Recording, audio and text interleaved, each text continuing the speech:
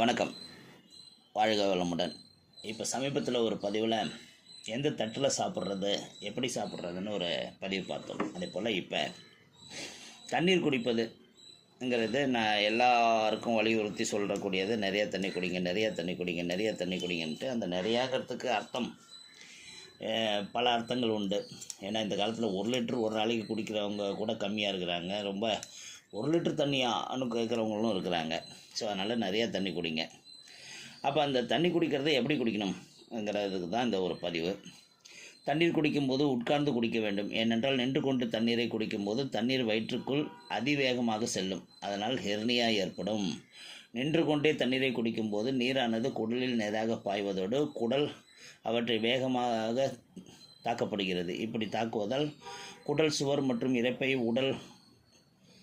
குடல் பாதை முழுவதும் பாதிக்கப்படும். இப்படியே நீண்ட நாட்கள் நின்றவாறு நீரை குடித்து வந்தால் இரைப்பை குடல் பாதையின் மீள்தன்மை, அதாவது எலாஸ்டிக்னஸ் அதிகரிக்கக்கூடிய வாய்ப்பு இருக்குது. அதனால் செரிமானம் பாதையில் செயல் பிழற்சி ஏற்படக்கூடும்.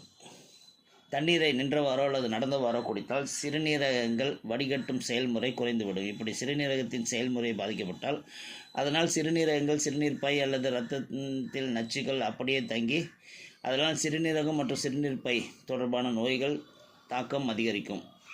அதற்கான வாய்ப்பும் அதிகம்.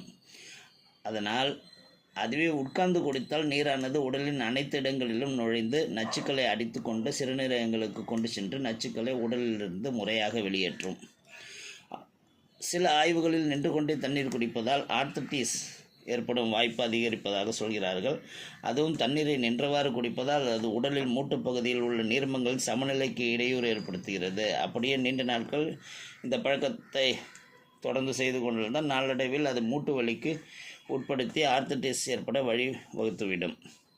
பொதுவாக நின்று கொண்டிருக்கும் போது சிம்பத்தட்டிக் நரம்பு மண்டலமானது செயல்பட ஆரம்பிக்கும். சிம்பத்தட்டிக் நரம்பு மண்டலம் செயல்பட ஆரம்பித்தால் இதய துடிப்பு அதிகமாகும், இரத்த நாளங்கள் விரியும், நரம்புகள் அதிகமாக டென்ஷன் ஆகும், கல்லீரலில் இருந்து சர்க்கரை வெளியேற்றப்படுவது என்று உடலை சுறுசுறுப்புடன் வேகமாக இயங்கும். அந்நேரம் குடித்தால் நீரானது நேரடியாக சிறுநீர்ப்பை அடைந்து வெளியேறும். ஆனால் உட்கார்ந்து இருக்கும்போது பாராசிம்பத்தட்டிக் நரம்பு மண்டலம் செயல்பட ஆரம்பித்து உடல் ரிலாக்ஸாக செயல்பாடுகள் வேகம் குறைந்து நரம்புகள் அமைதியாகி உண்ணும் உணவுகள் மற்றும் குடிக்கும் நீரை அனைத்தும் மெதுவாக செரிமான மண்டலத்தில் இருந்து வெளியேற்றப்படும். அதாவது அண்ணாந்து குடித்தால் காது நோய் ஏற்படுத்தும் சொல்கிறாங்க. டம்ளரில் வாய் வைத்து குடித்தால் காதில் வருகிற நோய்கள் தள்ளி போகும். தண்ணீரை தலை அண்ணாத்தி குடித்தால் காது நோய்கள் வழிவகுக்கும். தண்ணீரை அண்ணாத்தி குடித்தால் ஏற்படும் பாதிப்பால் சிலருக்கு விரைந்து காது நோய்கள் தோன்றுகின்றன. நமது உடம்பில் காது, மூக்கு, தொண்டை வழிகள் ஒரே பாதையில் அடுத்தடுத்து உள்ளன. உடலின் மெட்டபாலிசம் சீராக நடைபெற போதிய அளவு தண்ணீரை உட்கார்ந்து குடிக்க வேண்டும். அதிலும் கீழே கொடுக்கப்பட்டுள்ளவாறு, அதாவது கீழே அடுத்து சொல்லும் மாதிரி குடித்தால் நல்லது, நல்ல பயன்கள் பெறலாம்னு சொல்கிறாங்க. தண்ணீர் குடிப்பதற்கு சில விளக்கங்கள் சொல்கிறாங்க.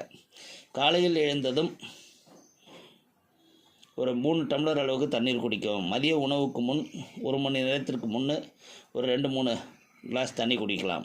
இரவு உணவு உண்பதற்கு 1 மணி நேரத்துக்கு முன்பு ஒரு 2-3 கப்பு தண்ணி குடிக்கலாம். டம்ளரில் நன்றாக வாய் வைத்து குடிக்க வேண்டும். அவசரமின்றி மெதுவாக குடிக்க வேண்டும். வாய் நிறைய தண்ணீரை வைத்திருந்து கொஞ்சம் கொஞ்சமாக வயிற்றுக்குள் இறக்குதல் வேண்டும். அப்பொழுது எச்சிலுடன் குதப்பி தண்ணீரை வயிற்றில் இறக்குவது உண்ட உணவு ஜீரணிக்க உதவும். நம்மில் பலரும் நின்று கொண்டு நீர் அருந்துவதும் இடது கையால் அருந்துவதும் ஒரே மூச்சில் அவசரமாக அருந்துவதும் சர்வசாதாரணமாக செய்கிறோம். அதனால் தவறை திருத்தி கொண்டு ரிலாக்ஸாக அமர்ந்து ஆஸ்வாசப்படுத்தி கொண்டு நீர் அருந்துவது, வாய் வைத்து டம்ளரில் சப்பி நீர் அருந்துவது என்கிறது சிறப்புன்னு சொல்கிறாங்க. முயற்சித்து பாருங்கள். வாழ்க வளமுடன்.